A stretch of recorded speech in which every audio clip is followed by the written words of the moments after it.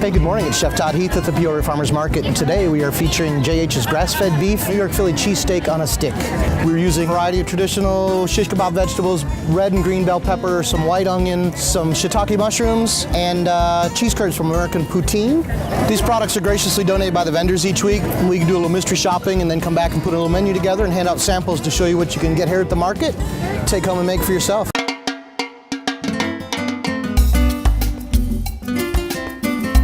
So today we're doing a Philly cheesesteak on a stick. I started with some Worcestershire sauce, some white wine, and some whole grain mustard.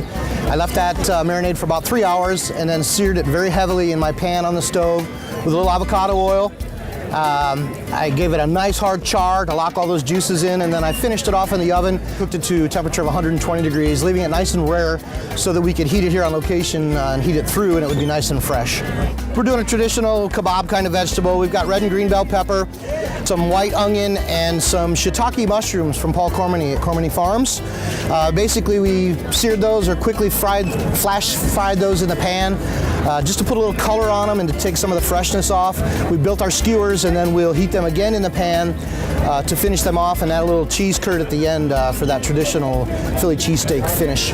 We're also doing a vegetarian option or vegan option today where we'll just take the vegetable portion of that skewer and we're adding a little faux cheesy cashew-based cheese spread. This is really fantastic for vegan or vegetarian diets. The flavor is really outstanding for being nut cashew based in my opinion.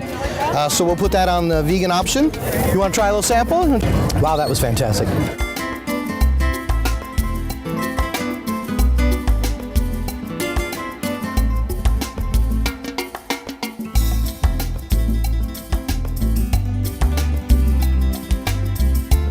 I'm standing with my friend Paul Cormany from Cormany Farms, Cormany Family Farms.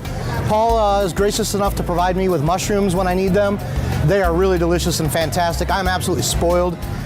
They are the piece de resistance to any of the meals I make. They're just a fantastic mushroom. Again, I was just bragging about the taste of the whole kebab together with his mushroom sandwich between the meat and the cheese.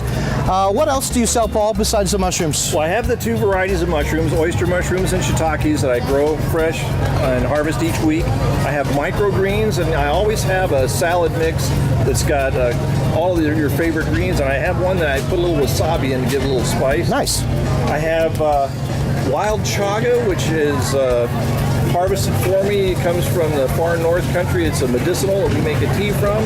And then I have farm fresh eggs that come from my cage-free Happy Hens.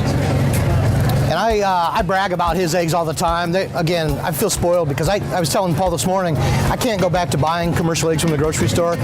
It's just truly garbage once you start using these fresh eggs and appreciate what they're supposed to be like, what nature intended.